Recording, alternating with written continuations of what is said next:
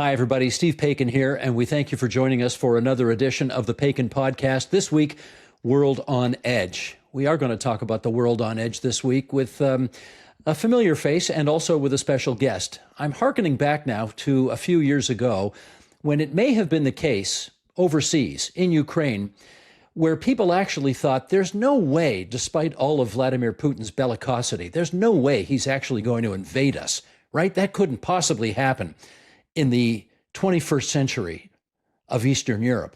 And yet here's where we are today. I wonder if Canadians are asking the same question. Despite all of Trump's bellicosity, there's no way the United States would actually invade us, would they? Well, that's what we're going to talk about today, because we've got a special guest coming up who thinks that's not so far-fetched. Coming right up.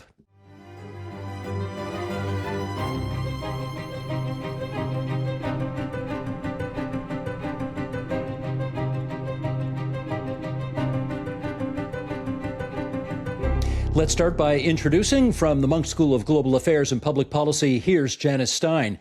Janice, good to have you back on our program again this week, and I want to start with a very simple question to set up the discussion to come. In your view, are the Americans still our allies? No is the answer to that, Steve, because what's an ally? An ally is someone that you can depend on, that's reliable, that, and in a sense that whose behavior you can predict. That's why they're your ally, because if you need them in a crunch, you predict that they will turn up for you in one way or another.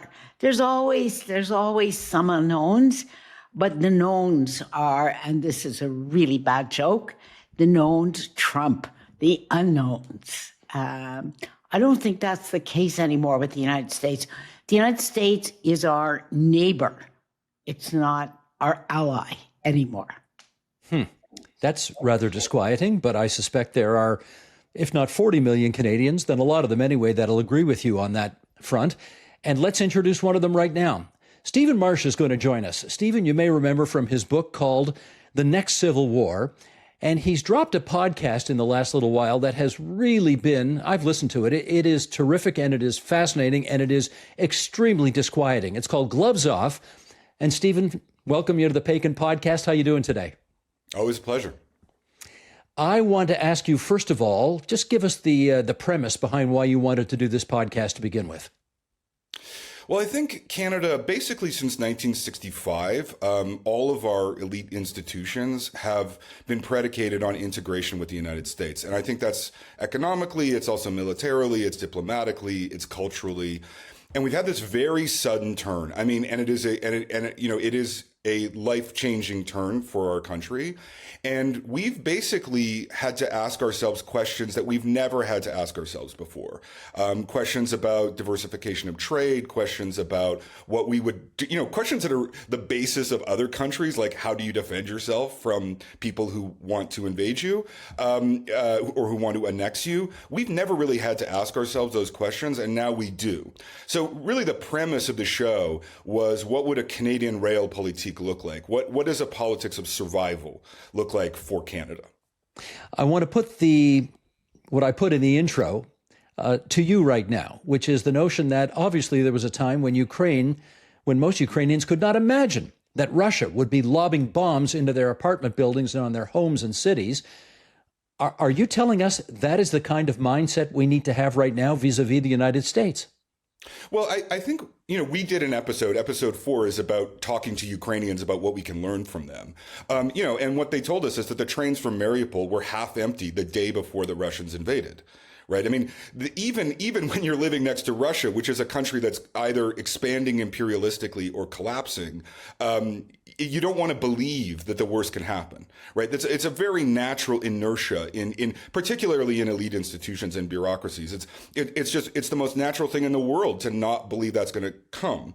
Now, in the American case, let's just be very clear.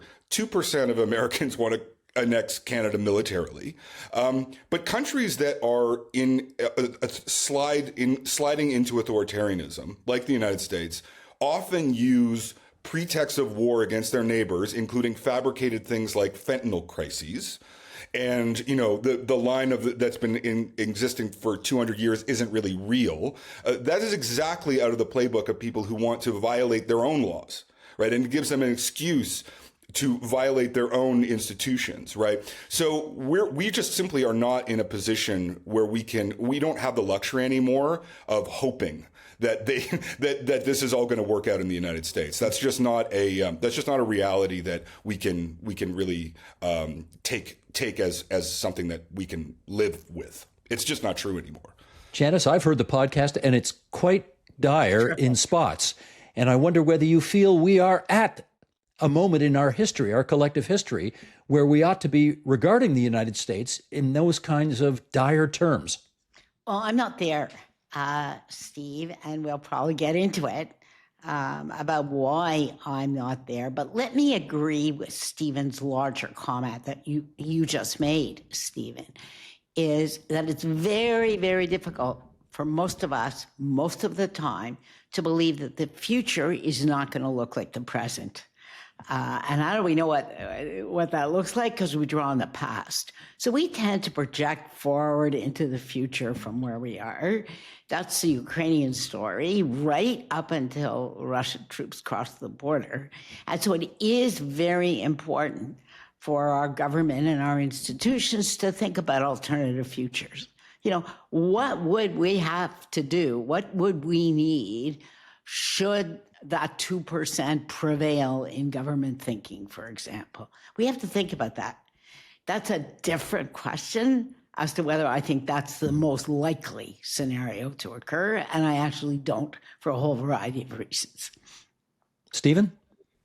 Well, I mean, the question of likelihood is really, that's kind of the problem here. We're dealing with, as I've said in the past, like when you have a meth head living next door, a burning sofa is going to fall into your backyard at some point, right? When we're trying to predict here, I mean, the point of the next civil war is that America has become a complex cascading system. It's not predictable. That's the whole essence of the problem. And I mean, just to be clear, like we are on the side of Americans. Right. It is in our national interest 1,000,000% for America to remain a democracy. And actually, that is the essence of the realpolitik we need to start imposing in our thinking. Like, how can we make America democratic? And the answers to that will probably not be very pretty. Right. But just in terms of the predictability, like, a year ago, no one would have predicted that the Marines would be on the streets of Los Angeles helping a masked secret police. I would say a year ago, every Canadian institution that I spoke to, would have assumed that tax policy belongs to Congress, and that therefore we should be trying to influence Congress people and trying to influence the legislative branch of the United States government. That's gone. Right. That's a history lesson about what civics used to be in the United States. Right. So we have to prepare exactly for the totally unpredictable. Right. And that requires a completely different level of thinking about our own strengths and weaknesses than we've ever had. That's why we did the podcast. So I think the sentence totally unpredictable is too strong. And why do I say that? So let me start with the way I think about Donald Trump. And I suspect we agree here. He's a revolutionary president. That's how we have to think about this. I disagree with that, but... Okay. So I think Trump wants to engineer a revolution inside the United States and in a lot of the structures of the world that matters to Canadians. For example, the world trading system. He's already done that in unbelievably short time. But he has priorities, and they're pretty clear as to what they are. This guy does not like to use military force. He's an America firster. He is turning his back on that kind of practice over the years, and he's all about tariffs and growing revenue inside the United States so people that he likes can have tax cuts. Can I understand, Stephen, why you think why Trump is not a revolutionary president? Because you said you disagreed on that. to me, Trump is very much a symptom rather than a cause of American breakdown. When you look at the broader issues of the United States, like, for example, what's happening with gerrymandering in Texas right now, and the fact that you have Texas legislators seeking consolation in Illinois and having their rooms paid for by the billionaire governor of Illinois. This is the kind of larger scale destruction of American institutional life that has been ongoing since 2008.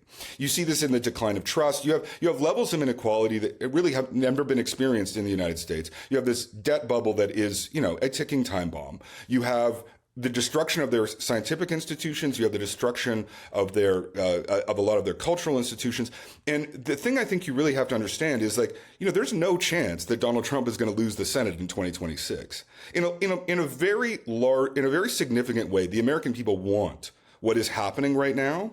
And what is about to happen with the tariffs is that a massive amount of poverty is going to be poured over this fire that is America right now, and it is only going to get worse. So what is so important to understand here is America's not an enemy. Like, these are our family members. These are people we are very close to. These are people we work with. But in its decline, it will be very, very volatile and very, very violent. That is a system that you see all over the world when countries slide out of democracy, and also when the preconditions of the United States. So, in a sense, what Trump is he is a reflection of a degradation that's already taken place and which is accelerating. And what we need to prepare for, the most dangerous idea in Canada right now, the most dangerous idea in the military, in our economic elites, in our diplomatic elites, is that this is all going to be over when Trump's gone. Because it's not. Because all of the conditions that are set in America preceded Trump, and they will continue after Trump. And we need to prepare for an America that is in decline. Let me get Janice on that. Do you think America's sliding into authoritarianism, Janice? Yeah. So let's grant that America is on a path toward authoritarianism. I certainly think so. But from that, all the rest does not follow. Hungary, which has been on a path towards authoritarian, to me is a fully authoritarian society, has not invaded any neighbor. It's not violent. It's actually, sadly, quite stable. We may not like it, but this equation of a move toward authoritarianism and the destruction of domestic institutions and replacement with structures that I think all three of us would hate does not translate into a violent annexationist neighbor. That's not what history shows us in many cases. That's what PRIO would tell you. That's what the Peace Research Institute of Oslo would tell you. It's certainly how civil wars start. I mean, the space between democracy and authoritarianism is the space where violence breeds. And democratic people have been assassinated for their politics. Yeah, it's coming. Americans have had a long history of violence, frankly. That doesn't encourage me. No, but they do. They have the highest rate, you can call it the carceration state, as many people do. They have more people in jail per capita than any other democratic society, a higher rate of violence in their streets. They have never used force against Canada. And so we have to be careful about drawing, which we're both opposed to, drawing any kind of direct line between the domestic politics of the United States and what it's going to do.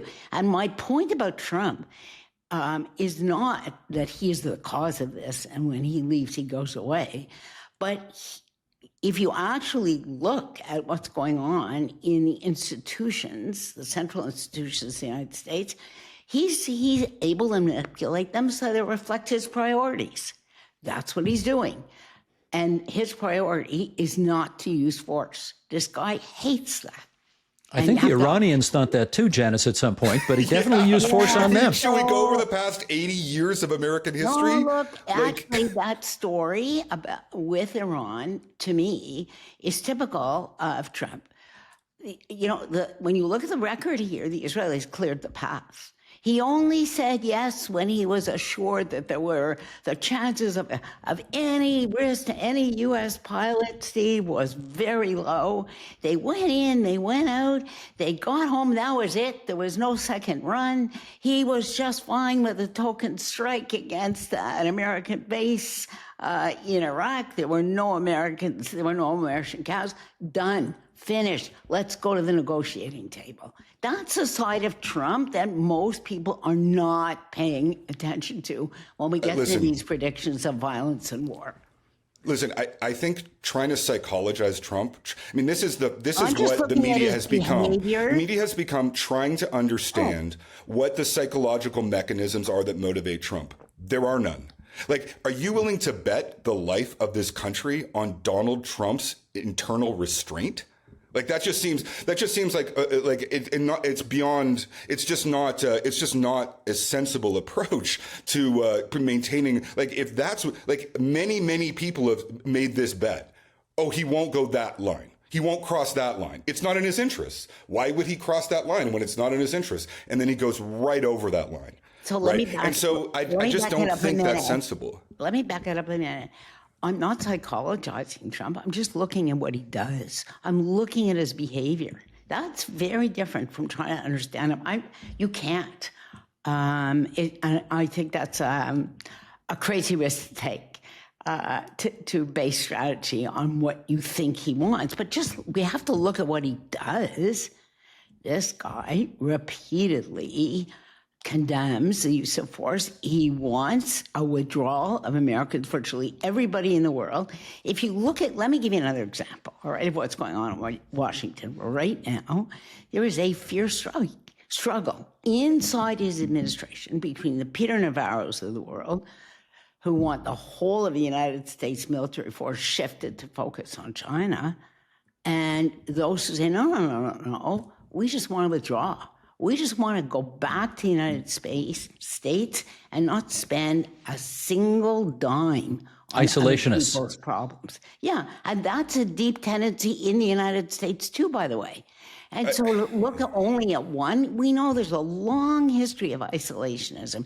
And you know who's written really interesting stuff about this is Walter Russell Mead, who identifies 4 competing tendencies in the United States. And one comes to the surface at one time and then it's replaced by others. As you said, Stephen, the United States is a complex, dynamic society. Cascading, I said. And cascading, but it's also dynamic. If you look at their economy, there's nobody else in the world who does what the United States still does.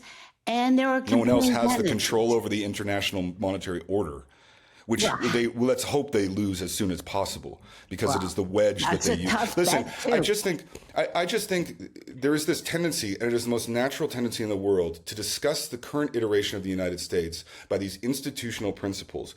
Like where we're dealing with, oh, yes, well, there's this branch of the movement and there's this branch of the movement, and they're in some kind of tension and we can think through it. We can't think through it because we are no longer dealing with rational actors. Well, so okay, all of these discussions about like isolationism versus the shift to China, like that's like that will literally be destroyed by a tweet in the middle of the night sometime in the next month. Right? Like none of that matters. Like it's absolutely like he could decide that guy doesn't look good on television, he's fired. Then the shift to focus on China is gone. No. Right? So we're not dealing with the institutional order is over. It's over. Let me jump in here for a second because you mentioned tweet and I want to get Janice's take on this. As a result of a couple of tweets from a Russian former president and then the responding tweets from the president of the United States, there were 2 American nuclear submarines moved into a position where things could get crazy. And I want to know what your reaction to all of that was, Janice.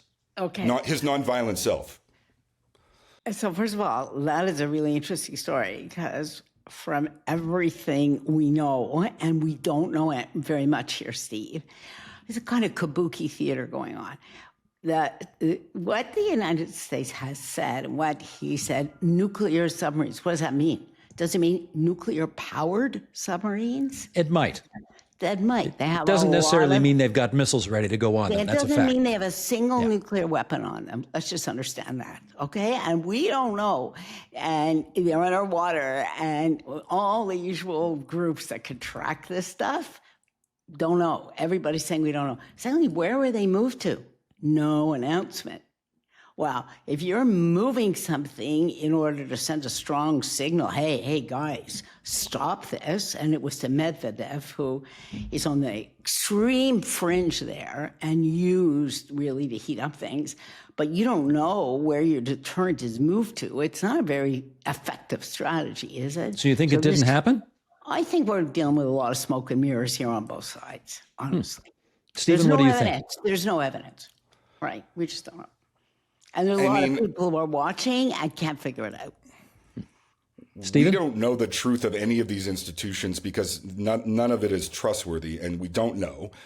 You want to bet your life that reasonable people are in control? Like that is not a reasonable bet to take. Like we have been demonstrated that the American people have entered a pathological state where they've chosen as their leader someone who operates more or less randomly and with no impulse control. Like the idea that we can rely on certain kind of information, or we can rely on like the people's best instincts or even their raw self-interest to operate, that's gone. And that's why we need to position Canada. You know, the thing about Canada is that we've always been an internationalist country. Right, like we certainly since the end of the Second World War, we've been an eager participant in the World Trade Organization, Francophonie, the NATO, etc. That's where we feel most comfortable. Before then, we were part of the British Empire, which was also in its own way an internationalist institution with norms and institutions and so on. That's absolutely where we feel most comfortable. I promise you, I deeply wish that we were still living in that world. That world is over. Canada needs to figure out how to position itself in a world where these international institutions provide absolutely no guarantees of anything. So that's a very, very hard question. It is a question we have not faced, and that's why we really need a completely new way of thinking through our national interests. Janice, you respond, and then I want to do a little experiment with the two of you. Okay, so here's a point where Stephen and I agree. I'm gonna make it a little more provocative than I otherwise might. I believe Canadians have told themselves a story they love to hear about our internationalism. And we've created myths, frankly, about the impact we had in the glory days right after World War II, when we happened to have, by the way, the fourth largest army in the world, because everybody was flat on their backs from the war. But as the world recovered, we told ourselves stories about how internationalist we are, what great peacekeepers we were, what vocations we had in the world. None of that actually, very little of that, actually reflected the way other countries saw Canada. You know how other countries see Canada? And I encounter it all the time. They don't. Hardly at all, frankly. Yeah. Hardly at all. And when they do, they tell me, you're so nice. You're just nice people. That's what I hear. Well, I think we suffer from a terminal, illness of niceness. And so when you tell me international institutions are not going to have much impact at all, Stephen, frankly, for us, for Canada, the only international institution that actually had an impact that really mattered was the WTO, the World Trading Organization, because we trade. None of the security institutions really mattered. The only things that mattered to us in the last 75 years were the bilateral ones we had with the United States. We just don't want to tell ourselves that story. Let me get in here, folks, because I want to do a bit of an experiment with you. And Stephen, I've got to say, to set this up, your podcast, Gloves Off, how many parts, incidentally, altogether? I'm trying to remember now. 8 parts altogether. The last one's more pro-American. You guys will like it more. It's Anne Applebaum and Margaret Atwood. You'll like it. Okay. Well, Margaret Atwood is pro-American here on this one? She said, don't be anti-American. She said that was the number one lesson of 1960s nationalism. Do not stumble into anti-American. Don't be anti-American. Be anti-Trump, though, but not anti-American. Well, understand that half of them are on our side, but we have to fight for that half, which is a very good, interesting point. Okay, here's the experiment. This is what your podcast prompted in me was thinking about if push comes to shove, not Bush comes to shove because he's gone, but if push comes to shove, what happens next? And we see two very different divergent paths here. One clearly is being played out before our eyes every day overseas, where Russia invades Ukraine and the Ukrainians take to arms and they try to fight back, and they're taking that approach. The other approach that's also available to us, and we'll go back to World War II for this, is what Marshal Pétain led in France, which is essentially a collaborationist approach. It's an approach that says, we're just going to take it and we're not going to fire a shot, and you guys can come in here and we're just going to kind of collaborate. And I want to get some discussion between the two of you right now. Stephen, start us off on which path seems most likely for Canada at the moment. Oh, independence. We'll always be independent. The idea that there will be a collaborationist front in Canada is nonsense. First of all, the United States is incapable of winning insurgent conflicts, right? Like, that's been demonstrated for 80 years. They're just terrible at them. And if they were to, episode 6 with Isha Ahmad, who's a very serious scholar of insurgencies, the Taliban was 40,000 people at the outset of the Afghan war, and they were shepherds, and the Americans couldn't beat them. If you want to go up against 1% of the Canadian population, 400,000 people, petroleum engineers, machine learning experts. If we were to undertake serious insurgent conflict, of course, across this wide open border, so it wouldn't be happening in Canada, it'd be happening in New York and Dallas and Houston and San Francisco. It would. First of all, that would be the end of America, right? The United States cannot conquer Canada without dying. That is true. That's a great argument. And also, these two things go together. This is the key point of gloves off. If America conquers Canada, the United States is over. If the U.S. becomes it becomes an autocracy, Canada is over. So this is the nature of this struggle, right? It is actually a joint struggle. That's the reality of the situation, right? So I just think the idea that there's going to be, there would of course be lots of people who would collaborate, but it only takes 40,000 people to break America. America's not actually very good. It's shown over and over and over again that it cannot win an insurgent conflict. So, but that's, this is science fiction talk. Even from someone like me, right? That's not really the threat that we face. The threat that we face is the economic manipulations that will weaken us to the point where Trump has been very explicit that that's what it is. And so we need to build different alliances. We need to build other institutions, and we need to understand that national strength, which is not something that Canada is good at talking about, is required at this point. We need a whole society defense so that we are not a snack. We need to start imitating the Finns. The Finns live next to Russia. They're 5 million people next to 143 million. They can put 1 million people in the field in 72 hours. They have a complete system of self-defense that is throughout every national institution. That is what Canada actually needs, so that we're too painful to conquer. Well, Janice, that's the future I'm trying to get us to imagine right now, which is it's hard, I suspect, for most Canadians to imagine, even though Stephen interviewed one of them in his podcast series, that all of us are suddenly going to join the Canadian forces and take up arms and be ready for when the Americans cross the border, and we're going to militarily face them down. That's not a future I suspect many Canadians can wrap their heads around. No. But the notion of... Better start soon. Well, okay, hang on. But the notion that they're strangling us to death economically, and therefore we may have to accept the 51st state argument, that's the future I'm asking you to discuss. Can you imagine that? Yeah, so just 2 comments on that point. Up till now, let's just cool the rhetoric on the strangulation story. The tariffs that are in effect now are 1%. They're 1%. Why do I say that? Because 90+% of the goods, Canadian goods that are going across the border, are covered by USMCA or COSMA or NAFTA to whatever. For another year. For only another year. Yeah. No. That is not true either. Until until 2036. The review process starts next year. It will start before, but there's no end Or there date. will be a tweet tonight that it's all over. It can start at any point, but there's no end date to that review process. It can drag on. It's a really badly designed process. And so there's no deadline that we're in front of. So just remember, 1%, we are not going to be strangulated by a tariff of 1%. Now, some sectors are. Talk to Linda Hassenfratz of Linamar Products, who sells auto parts into the United States. And the auto parts sector, aluminum is really struggling. There are really severe sectoral but this whole view that we cannot survive Trumpian tariffs is frankly just not accurate and speaks to a lack of Canadian confidence in our own economic capacity. That's a bigger point.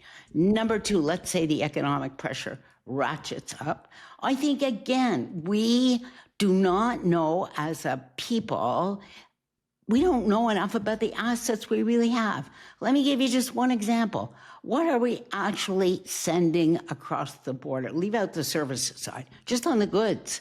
We're really lucky, frankly, because what do we send mainly? We send what the economists call intermediate goods. And what does that mean?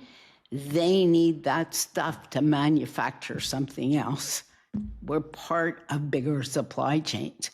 If the cost of that gets too big, it is going to make their own manufacturing uneconomic.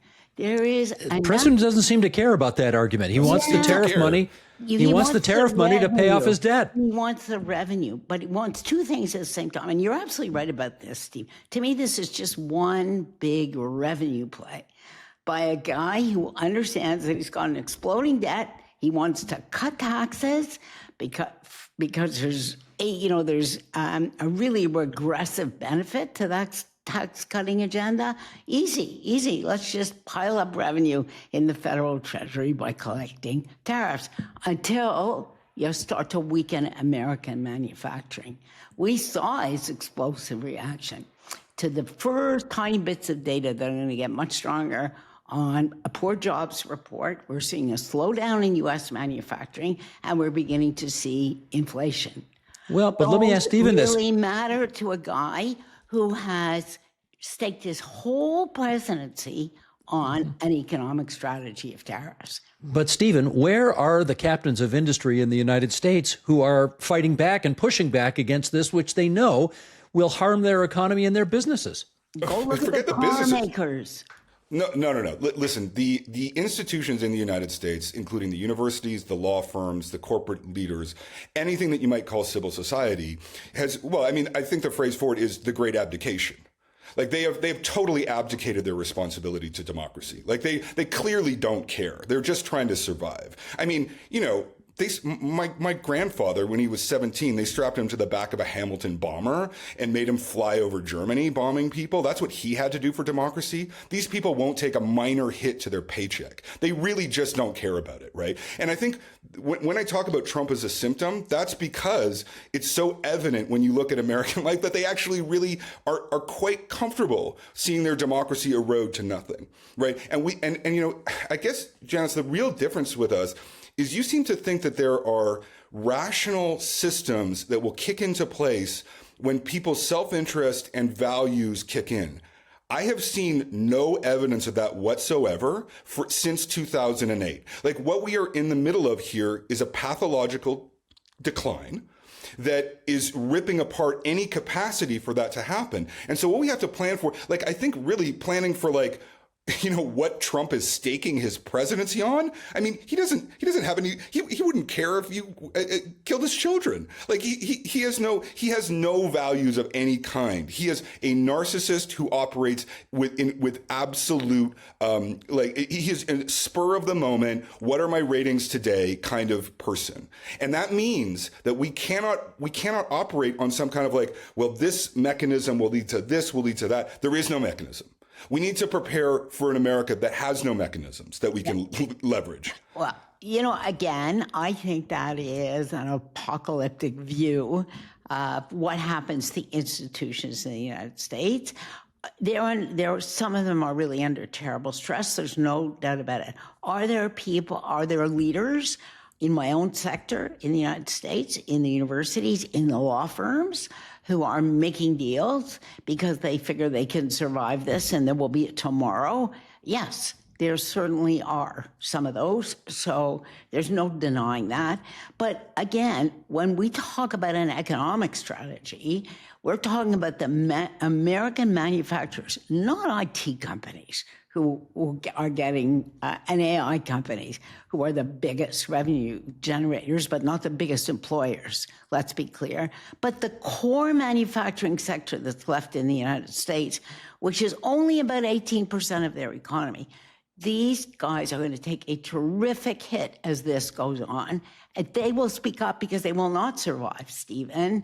And they matter in every swing state. They matter. That is the Rust Belt manufacturing process that Donald Trump has says that's what he is. He said, I'm bringing back jobs to America. His strategy is going to. He also said he'd release the Epstein files and fund IVF. And I mean, he doesn't. But like you're saying, we should bet our national security on the common sense decency of Donald Trump. Well, let me push back against what you're saying, because if you buy in wholly and only to an apocalyptic strategy, which is what you're doing, this is what we have to prepare for. We devote all our resources to prepare for the worst. We're a rich country in world standards, but boy, to get our defense spending up to 3.5%, we are going to have to shut down much of our spending. Some of it is going to be on social service. All the cultural institutions are going to take a really heavy hit.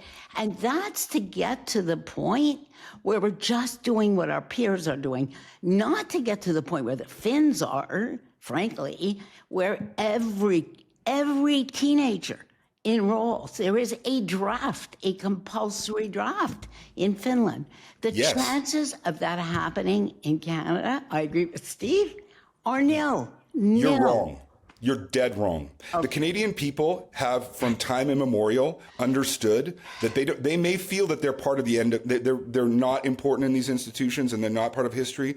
But when the emergency arrives, they actually have been up to the task every single time. And the truth is, let's just agree on this, Janice. We are in an emergency. Is that correct? What kind of emergency? The United States is declining and is threatening us. The United States, many states have declined and their neighbors have survived. Again, this is a misreading. Not ones that are 10 times the size. I mean, Hungary can't attack Austria because if it were 10 times the size, it might well. Yeah, but but there's no indication that Viktor Orban has any expansionist objectives. Zero. Trump has given us every indication repeatedly of conquering countries like Greenland and Panama Canal and Canada. He has said it. It is not an imagination. Okay, if we're going by what he said, which is what you're doing just now, he said explicitly, we're not going to use military force against Canada. He said it explicitly. So you can't. Said he wouldn't need to. Yeah. Said he'd strangle us economically, and that's how he would do it. Need to. Yeah. Okay, let me jump in, friends. I'm keeping an eye on the clock here. This is lovely, and I'd love it to continue. But isn't it? I do want to ask one last question of each of you, and that is, during the course of the last, 6 months since Donald Trump has been the president of the United States, the two of you have probably at one time or another tried to get into the United States.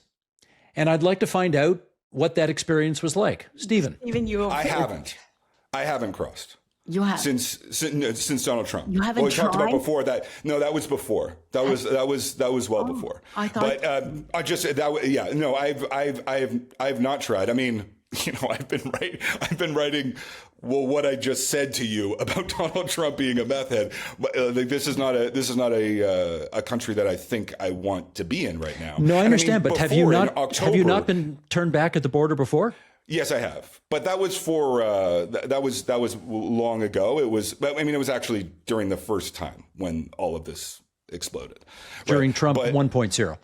Yeah, it was actually. Slightly before, technically, but it was. It was pre-Trump completely, Stephen, before Trump. Yeah, I mean, that was when I was crossing the border once or twice a month then. I mean, in October just before Trump, I crossed it, I think 6 times because I was doing pro-democracy stuff there. And you could, I mean, I don't know. Like, I think that's really interesting. I think, I probably would be fine. Let's be honest here, Yeah. right? Like, I mean, I think, I think the 99% of the time, it would be absolutely fine for me to cross the border, and and 99% of the agents would be fine. Yeah. It's just the 1% chance that you end up in, with an unsponsored tour of El Salvador that, is not. I mean, again, it's like it is just you don't want to exaggerate these things, but there is, it's not just a travel boycott to the United States. They've made it very clear that they're going to use violence on foreigners, and there's no legal recourse, that they have total impunity over any foreigner in their borders. I don't know. That doesn't sound like a place that I want to be a foreigner in. So let me tell Janice, you. go ahead. And I am visible on these issues for several of the things I've done and said. And I have been invited to speak in the United States. And actually, I had some trepidation for all the reasons that Stephen talked about. No difficulty. I'm just going to speak at a conference in Washington next week, which is called the Unpopulist. I mean, if you want, you want a banner that collects a whole bunch of people, and I am going to go. But again, let's just understand the risk for Canadians. The risk for Canadians, if you drive, it's one thing. If you fly from a Canadian airport, what is the risk? I'll tell you, it's a Torontonian. The risk is you're going to spend 90 minutes getting to Pearson Airport in some god-awful traffic jam, and then you're going to spend another 60 minutes waiting in line to get through customs, and they're going to turn me back.